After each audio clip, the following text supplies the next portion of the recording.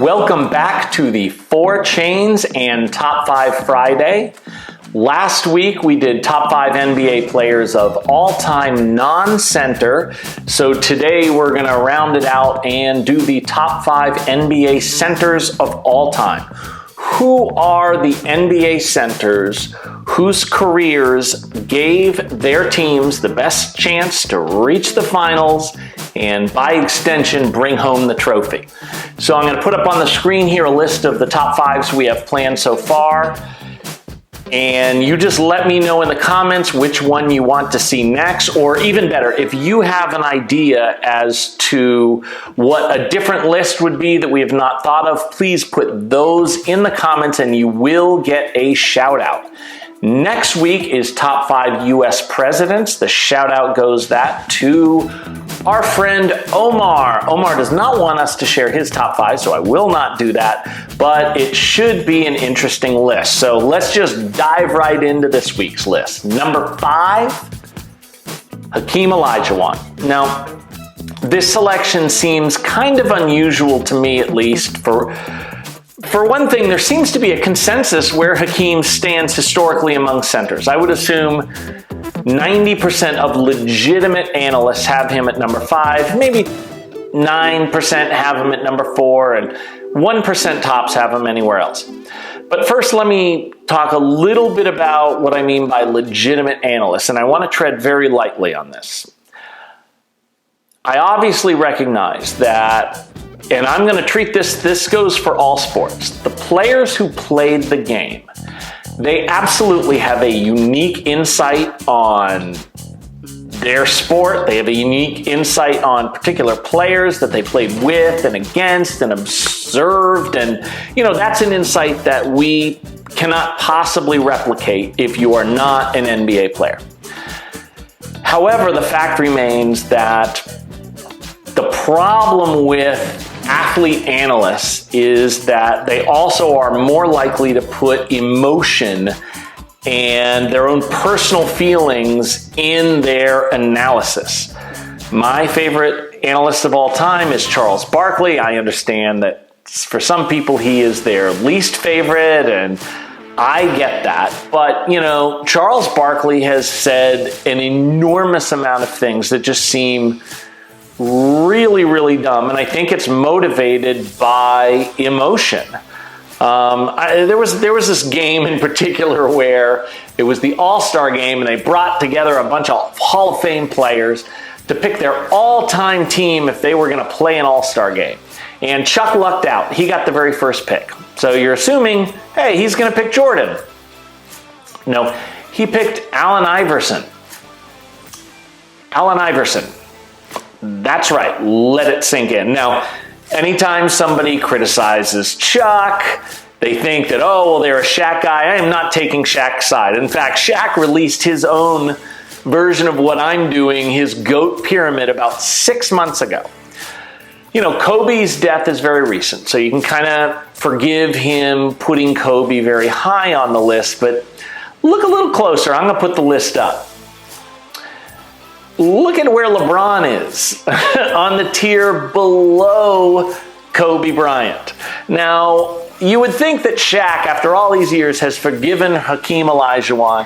When Shaq was first starting out, he had these incredible physical gifts, but Hakeem knew what he was doing and he just absolutely schooled him. No, he does not forgive. Hakeem is not on this list of all. Looks like about 30 players. Let me look closely. Wait a minute. Is that Allen Iverson and Vince Carter on there? What is it with analysts and Allen Iverson? Double yikes, Shaq. They know a lot, but that doesn't mean that they can do a good job on rankings. They're analysts, not rankers. And I would say that legitimate analysts always have Hakeem at number 5. But in a way, I feel like under different circumstances, Hakeem could have wound up a lot higher. Let's look at the numbers that justify number 5. He's number 5 all-time in defensive win shares.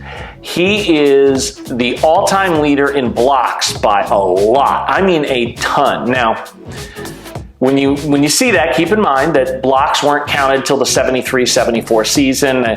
When you look at games film, it's pretty clear that Wilt and Russell would have not only more blocks, but considerably more blocks per game. But there wasn't a three-point shot, and there were more possessions per game, so you had a lot more opportunity to get blocks, et cetera, et cetera. But you know, what separates Dikembe from them and from every other center who ever played the game was this combination. He had the size, but he also had this incredible footwork and agility. And, you know, when you look at Adam on film, I could see somebody saying, hey, this is the best defensive player ever. It's just, maybe statistically, even in his era, he wasn't as good as maybe Dikembe Mutombo, but he just looks more impressive. Here's a good example, what I think is the most underrated defensive play of all time. You don't hear it talked about with the defensive plays that really are famous, like that Havlicek steals the ball, or the Bird steals the bar, or the LeBron chase down block on the Warriors. But I think part of that reason is that the ball was blocked and it didn't just shoot backwards. It wasn't at the rim like these blocks they love to show on highlights. It was at the three-point line. But when you slow the film down, it's just absolutely startling. Keep in mind the significance of this. This is at the buzzer of Game 6 of the finals. If the Knicks hit this shot, they are the champions of the world. So the stakes couldn't be higher. Instead, they didn't hit the shot. It goes to Game 7, and the Rockets are champions. Now let's watch it here.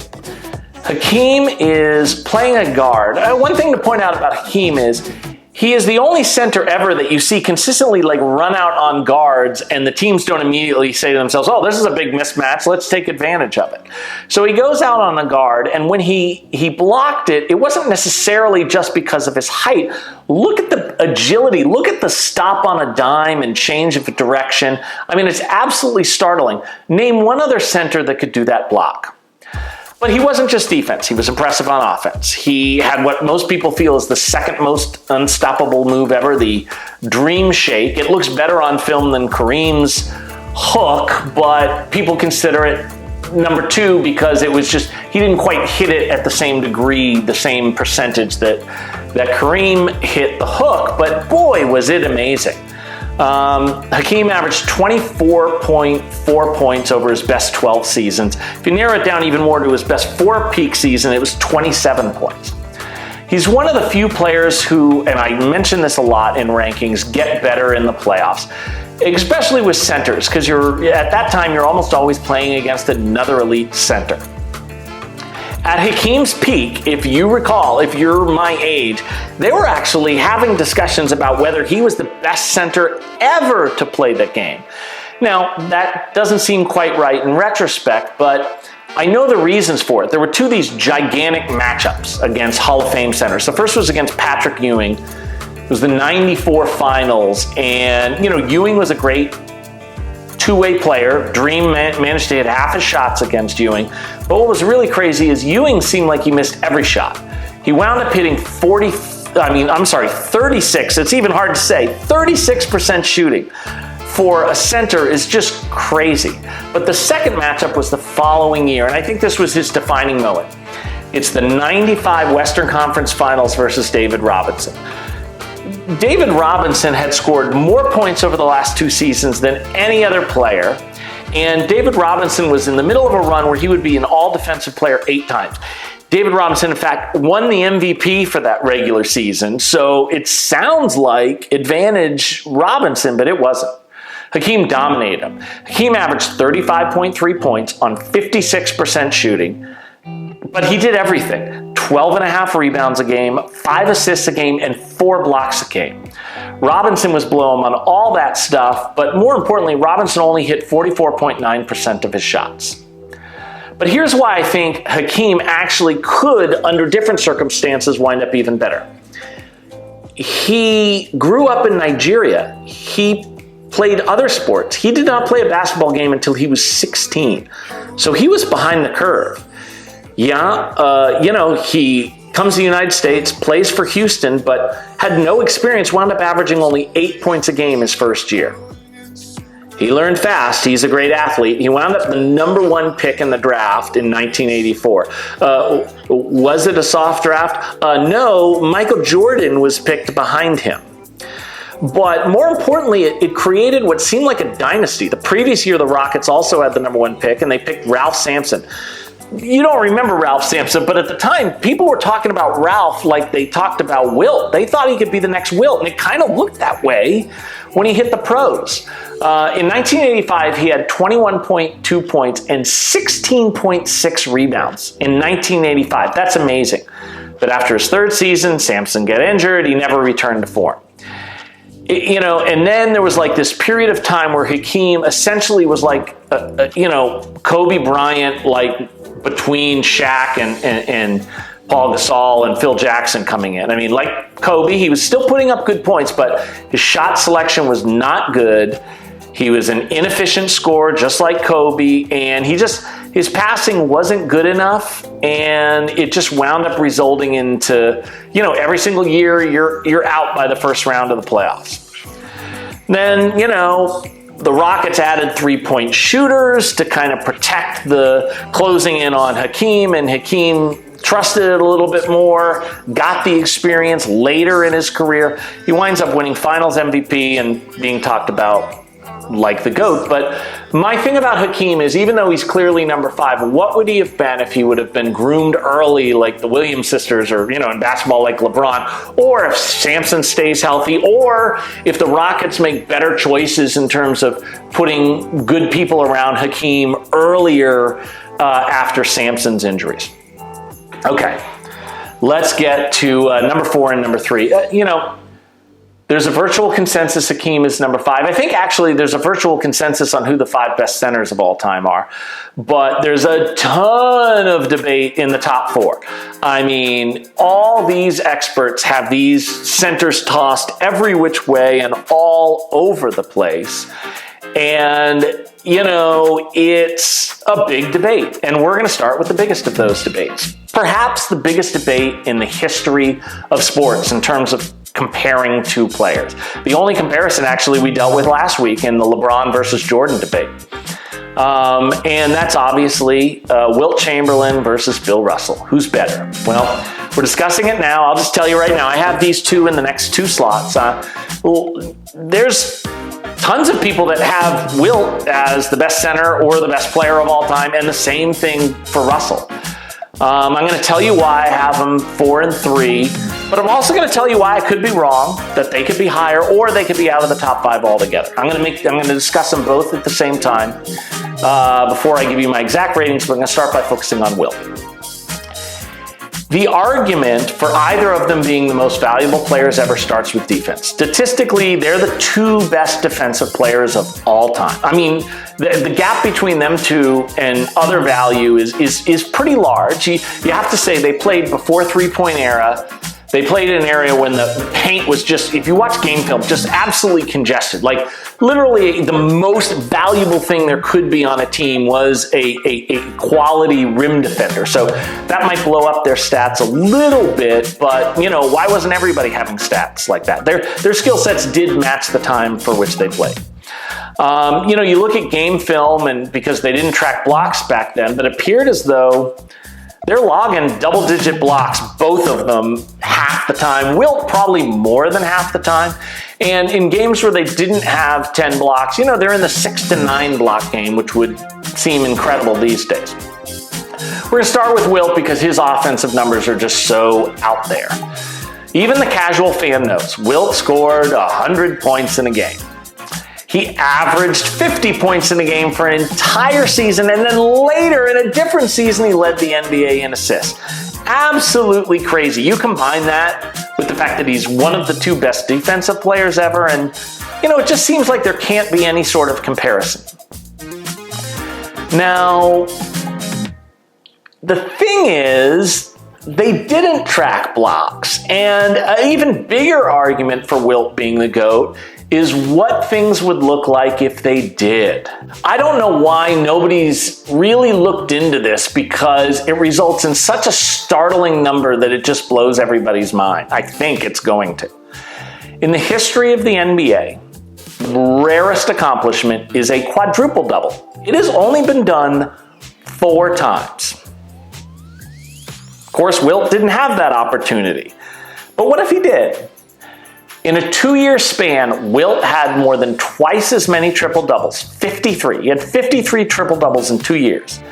So those 53 games, let's assume, conservatively, 12 of those, he also had 10 blocks. That means that over a 2-season span, Wilt Chamberlain had more quadruple doubles than every other player who has ever played in the NBA for their entire career combined. Holy crap! I mean, is that a mic drop moment? I don't know. In fact, obviously, I don't see it that way.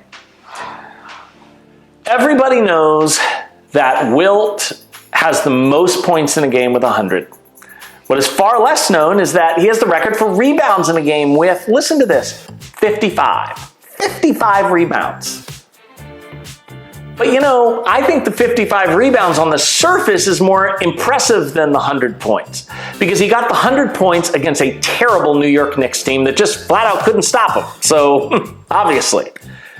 What's incredible about Wilt's 55 rebounds is he got them playing against, wait for it, not a terrible team, the most dominant team of all time, Bill Russell's Celtics. And Bill Russell is the second best rebounder of all time. Now, if the quadruple-double is not a mic drop, getting 55 boards against Bill Russell, that has to end the argument, right? I'm not so sure. Let's dig a little deeper. You see, 9 months earlier, Bill Russell had set the record for rebounds in a game with 51. Pretty incredible. But the thing is, there was a big article about the fact that people now believe that Bill Russell is the greatest rebounder of all time, and that motivated Wilt. Bill Russell, if you listen to his interviews, went to great lengths to keep Wilt from being motivated, but now Wilt was.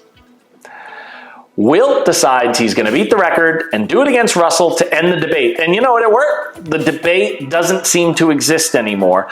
But a couple things about that game give me pause. Number one, it was Wilt. I mean, Wilt led the league in shooting percentage 9 times. No other player has done it more than 5 times except for Shaq, who did it 10. So now let's look at the box score. All of a sudden, Wilt's only making 35% of his shots? Here's the other thing that bothers me about that game.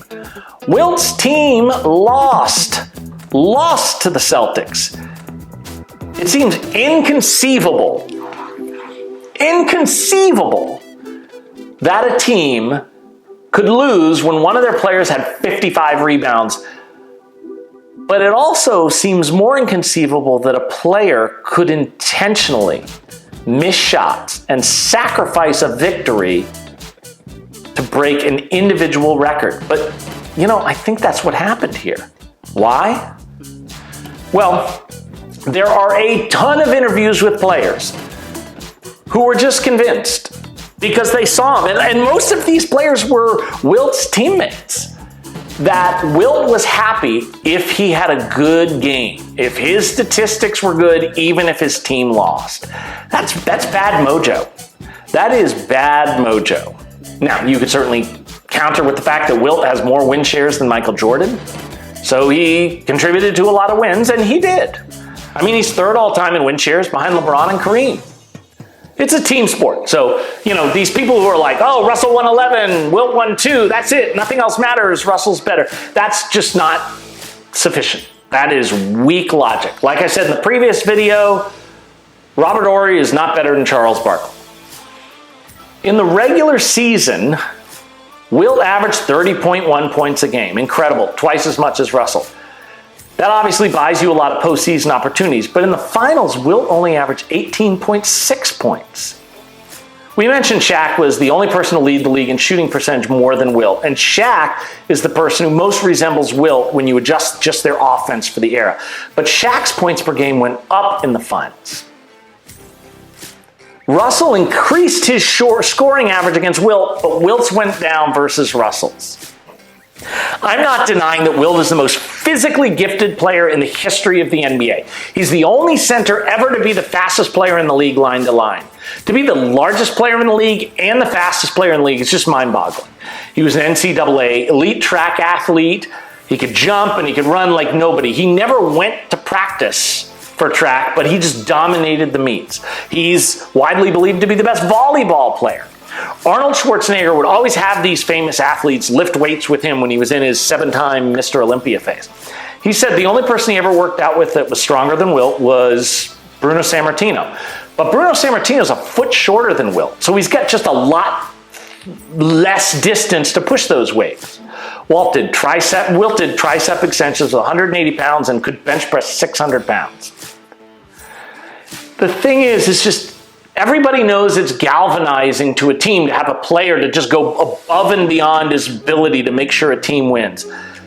But people don't think about the fact that it's got to have the opposite effect when you have a player on your team that has the ability to make sure that you win and just doesn't use that ability. You know, one of the dumbest trades I thought ever was 1965. Wilt gets traded averaging 39 points a game. Who trades somebody making 30 points, 9 points a game? Except the team's offense was dead last in the league, even though Wilt's offense was ranked first. That's a problem. If I'm picking a team, you know, and you're only looking, barely glancing at the numbers, yeah, maybe I need to choose Wilt. But I just have this terrible feeling there's a possibility I might be better off with Moses Malone. So let's flip this around, because the exact opposite of the Wilt scenario appears to be true of Bill Russell. So Wilt won 4 MVP awards. That's obviously amazing. But the one that boggled my mind for years was the one he didn't win. It was in Wilt's 3rd season. He averaged 50.4 points, 25.7 rebounds a game, and he finished 3rd in the voting. In 2nd place was Oscar Robertson, who averaged a triple-double with 30.8 points, 12.5 rebounds, and 11.4 assists. That's amazing, but if you add up those 3 totals, it was 54.7. If you add up Wilt's 2.4 assists, as you can see, it totaled 78.5. Bill Russell was the runaway winner with 18.9 points, which actually was Bill's career high, 23.6 rebounds, and 4.5 assists. That total was 47. The question becomes, when Wilt and the Big O both had the seasons for which they were most famous, was Bill Russell still the most valuable player in the league? Remember my definition for value is you give your team the best chance of reaching the finals and then winning it. Of course, MVP voting only counts for the regular season, so you're speculating, but, you know, there's something to be said for the accuracy. Neither Wilt's team nor Oscar's team made the finals that year. Russell's team did make the finals and played the pre-Wilt Lakers. Elgin Baylor played out of his mind, averaging 40.6 points and 17.9 rebounds. And he was not a one-man show. Jerry West, one of the greatest postseason players of all time, averaged 31.1 points and 5 rebounds. Obviously, Red Auerbach thought Russell gave him the best chance of beating these all-time greats because he had played the most minutes in the regular season, the most minutes in the playoffs, and the most minutes in the finals by a long shot. Russell led the team in scoring with 22.9 points and rebounds with 27. He was 2nd in assists to Bob Cousy with 5.7. The thing about Russell is you could just never allow it to let go to a Game 7 because Russell had been in 10 Game 7s and he won them all. Elgin Baylor and Jerry West allowed it to get to a Game 7, and Russell had 30 points and 40 rebounds. That is a wrap. Now, as everybody knows, the Lakers counted in 1969 by signing, as you know, Wilt Chamberlain. So now you've got Elgin Baylor and Jerry West and Wilt Chamberlain, 3 of the 4 best players of the era, and they're all on the same team. Certainly looked like it was working. This time they did make it to the finals. But it was Bill Russell's last season, and his skills seemed to be declining. This greatest team ever lost to Bill Russell in the finals yet again. Why was Bill Russell better than Wilt, whose numbers seem so much better? Well, You have to dig deep into the numbers to see it. You have to dig into the numbers to see why everyone who watched Russell and Wilt play, almost exclusively everybody who watched them play and who played with them, including Wilt's teammate, felt that Russell was a more valuable player. This is despite Russell averaging only 15.1 points per game in his career, when there were far more possessions per game and far more opportunities to score, particularly for Russell, because Russell played the entire game. You know, it'd be one thing if it was just, well, this guy's taking less shots, but, you know, he's making 60% of them like Shaq. But no, Russell was not an efficient scorer. He was a below league average efficiency scorer as well as the volume. He only made 44% of his shots. Now, Kobe only made 44% of his shots, but it looks more impressive because Kobe scored at a much higher volume than Bill Russell. But that brings me to the 2 points that, when you dig deep, put him ahead of Wilt for me. I bring up Kobe because after a disastrous Kobe playoff performance, and this was only revealed in an interview shortly before Kobe died, and we will revisit that performance more in detail in the Shaq part of this video, but Russell called Kobe and gave him some advice. And what he told Kobe would seem like just self-serving bullshit, but there's so much evidence that it's actually true. Russell said that he went easy on Wilt. Went easy on Wilt unless he had to win the game. Because he did not want to face a motivated Wilt Chamberlain, because Wilt Chamberlain's skill set was just so much higher. He knew that if Wilt just got his points, he'd be happy, and that was good. He would stay at Wilt's house. He would eat meals with Wilt. Wilt was his friend, and he rarely gave Russell, say, more than 70%. Russell and, also all the other Laker teammates could see that Kobe was just so laser focused on Michael Jeffrey Jordan that he lost sight of the fact that Jordan's reputation was only secure because he led his teammates to 6 titles. After that call from Russell, Kobe learned to use his pieces, and he earned a 3-peat and eventually 5 titles. And that's how Russell won his 11th. Because he was confronted with this guy who had much higher skill set, and he found a way for his team to win anyways. The reason why I understand this is, as most of you know, I was a manager for Domino's, and I wanted to win Manager of the Year. And I was aware I was not Wilt Chamberlain. I was not the best. I wasn't in the top 5 best. I decided I knew I couldn't be Wilt, so I wanted to be Russell. Like basketball, Domino's is a team sport. So all my focus was on developing my team. And it worked. Russell was the most important player on the most dominant team of all time. And ironically, this is why some people think he was overrated. But I think it's why he was underrated. For the same reason that some people dismiss my Manager of the Year performance. The reason they think that it was overrated is because 6 of my drivers wound up becoming general managers, and one of those drivers wound up becoming National General Manager of the Year. I was overrated because I was enjoying the results of the greatest team ever. Maybe, but the thing is, none of those drivers took the job as a driver to become a manager. They loved working on this team that we put together. We produced incredible results, and we won, and winning is fun. And they decided to make it a career. It would be one thing if, Russell's starting 5 was playing more minutes than him, but they weren't. He was playing the entire game, and they were rotating in around him, playing 25 to 32 minutes. Let's look at that finals box score again. As usual, Russell played the entirety of almost every game, and you can see everybody else played far less minutes. But that was always the plan, and that plan worked better than any plan has in the history of team sports.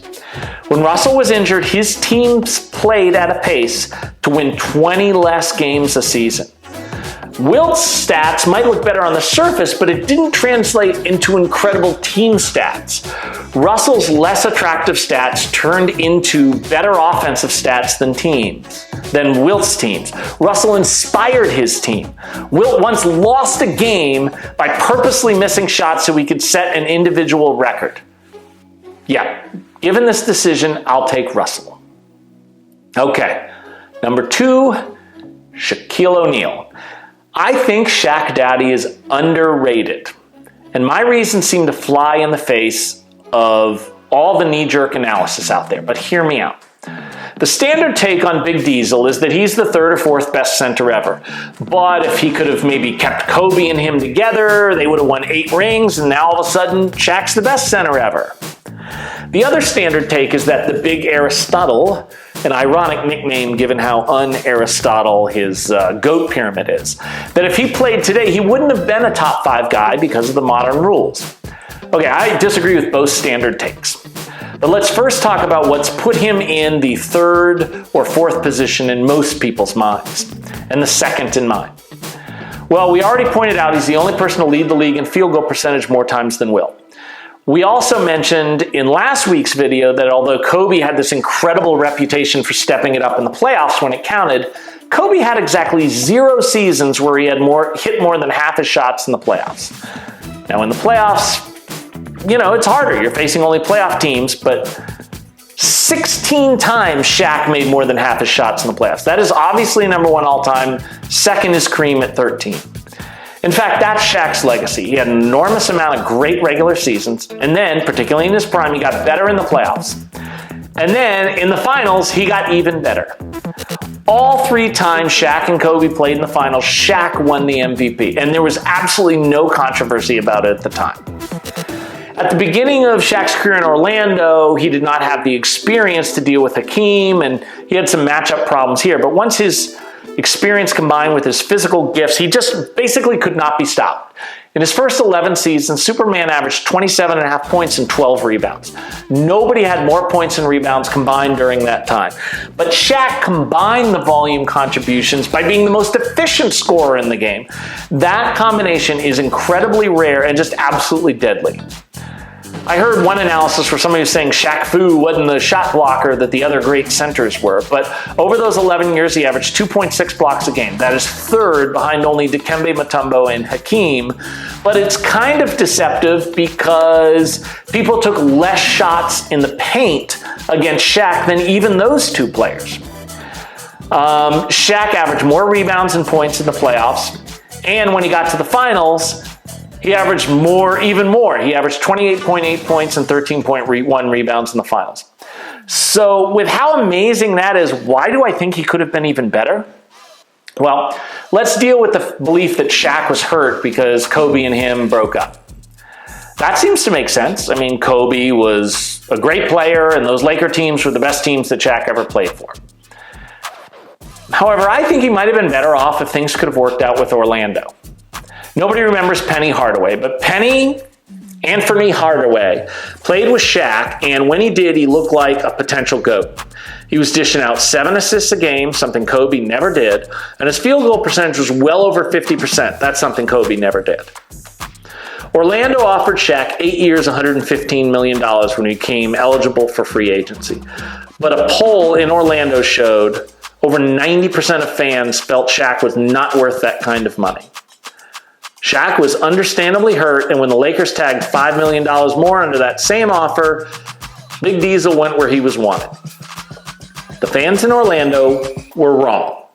The Lakers had just gotten the greatest bargain in NBA history. With Shaq gone, Penny would never approach 7 assists or 50% from the field again, not even close. Orlando, well, they have not been the dynasty that they appeared to be destined for. Remember that game that Russell called Kobe after? Kobe shot 4 air balls in the final 5 minutes to send the Lakers home packing. After the game, Shaq went up to him and said, "Someday, kid, people will be chanting your name and nobody's going to remember what happened in this game." And Shaq was right. That has to be the worst clutch performance in the history of the NBA playoffs in the clutch. and nobody remembers it. Do you remember that game? Do you remember that it even happened? Shaq is the man primarily responsible for Kobe's reputation as an all-time great. Not for that speech, but because Shaq saw more double teams than anyone in the league, and that opens up a lot of opportunity for Kobe, but Kobe never appreciated. I can't tell you how many times I had a financial interest in the final score of the Lakers game and just looked on as in amazement as Kobe just took difficult shot after difficult shot on possessions where the ball never touched Shaq's hands. A common scream that I would do that would just drive Angie crazy was, "White guy on Shaq! White guy on Shaq!" I mean, I didn't say it when, like, Arvydas Sabonis was guarding him, but I mean, come on. Think about how well the Lakers would have done if Kobe would have played like John Stockton. That means Shaq gets the ball 100% of the time he's in single coverage. Why? Because John Stockton is a brainiac. And he knows that Shaq is more likely to score with single coverage than anybody else in the history of the league. So when they switch and they're doubling on Shaq, Shaq kicks the ball back to whoever's wide open, or he just dishes it off to Stockton, cut into the basket. I mean, just imagine that kind of offense, if you would. Maybe a three-point shooter out there on the line. Yikes, absolutely unstoppable. When Kobe finally pushed Shaq out, Superman went to the Miami Heat, who went from a team that had a negative SRS for the last 3 years to a positive SRS of 5.77, which was the highest in the franchise history at the time. All 3 years Shaq played for Miami, they finished in first place and they won another ring. When Shaq got there, Dwayne Wade went from a 4.5 assist guy to, you guessed it, a 7 assist guy. Sound like the Anthony Hardaway situation to you? What happened to the Lakers? Well, they went the opposite way. After 9 years in a row, finishing first or second every year with positive SRS ratings, they went from being second to last with a negative SRS rating. The second conception that Shaq would look worse playing his whole career today, that seems to make sense also, because Shaq's run was so dominant that the NBA actually changed its rules to allow zone defense, hoping it would restore competitive balance. They did that in addition to changing how backboards were made because Shaq kept shattering them. The perception is that the zone defense was just huge, and if you look at this graph tracking Shaq's points per game before and after the rule change, it seems like it worked. I mean, think, if Shaq's whole career was played on the other side of this graph, his stats would be less, and therefore, even though his numbers say he might be the best or the second best center ever, that's why people have him third or fourth. Let's dig a little deeper. Did Shaq score less points when he was playing with Dwayne Wade in Miami and then LeBron James in Cleveland than he did when he was in LA? Yeah, but those guys are much higher percentage shooters than Kobe, so it makes more sense that they would get more touches. Also, Shaq was getting older, and to quote LeBron James, "Father Time is undefeated." In fact, everybody on this list shoots less when they get older. But you know, it's not just Shaq's age, it was most people believe Shaq's age was accelerated, the aging process, by the way that people played him. Essentially, he was fouled on every single play. He is the worst officiated player of all time, and I think that's a universally held belief. So Shaq was shooting less. But the question is, was he less efficient? Was he taking less shots because he was less efficient because of this rule change? No, Shaq was actually more efficient. How is that possible? Well, because it's possible everybody's wrong about how this rule change has hurt Shaq. I think that if the rule changes were in his prime, Shaq would be even better. I think if he played today, he would be even better. Shaq did not turn the ball over much, but when he did, it was almost always an offensive foul. I tried to track it statistically, I couldn't, but if you watch the film, it seems clear that Shaq was called for offensive fouls when he was leaning into the defender. Now, if you're a recent NBA fan, you might be saying, that's not a foul. Well, you're correct, but it was a foul when Shaq played. Can you imagine if Shaq was allowed to lean into his defender? The other thing is that you weren't allowed to initiate contact when Shaq played. Now, not only is initiating contact allowed, but lots of times it's a defensive foul. If Shaq played today, he would have dozens of scoring titles. Also, this conception about how he would produce in today's game ignores something that people don't even seem to have considered. Who exactly would have stopped Shaq in today's game? Remember when I was talking about Hakeem's matchups with Ewing and Robinson? Let's look at Shaq's example of that. It was versus the aforementioned Dikembe Mutombo in the 2001 finals. The Sixers were in the finals because they had the MVP in Allen Iverson and the Defensive Player in the Year in Dikembe Mutombo. This was actually the fourth year that Dikembe had won Defensive Player in the Year. That is an all-time record.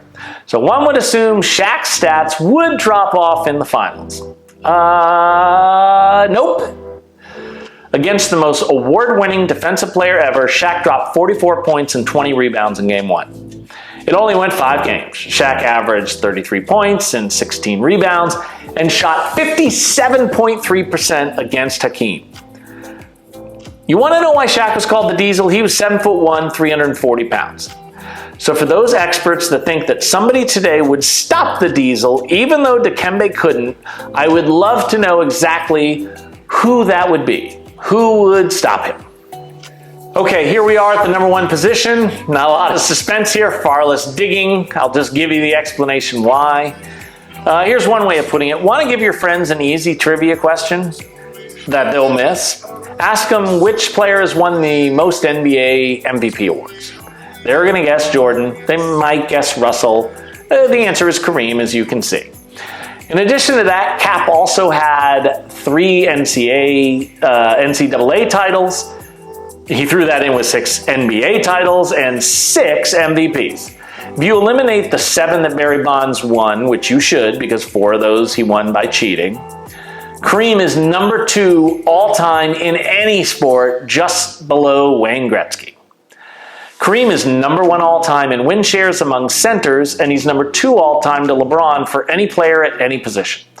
In wins above replacement players, you might say, oh, well, he's only number 8, but that is number 1 among centers, despite the fact that 3 of Kareem's years did not count, the first 3 years of his career.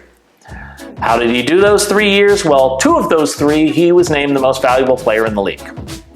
Kareem has a higher field goal percentage than any center on this list except for Shaq, but he obviously hit a much higher percentage of his free throws than Shaq.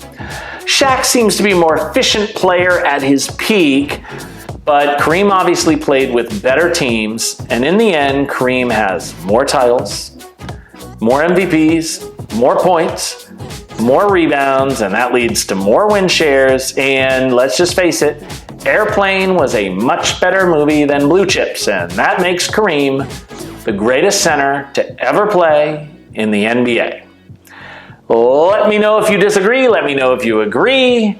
Let me know in the comments what top 5 lists that you would like to see in the future, and we will see you next time on The 4 Chains.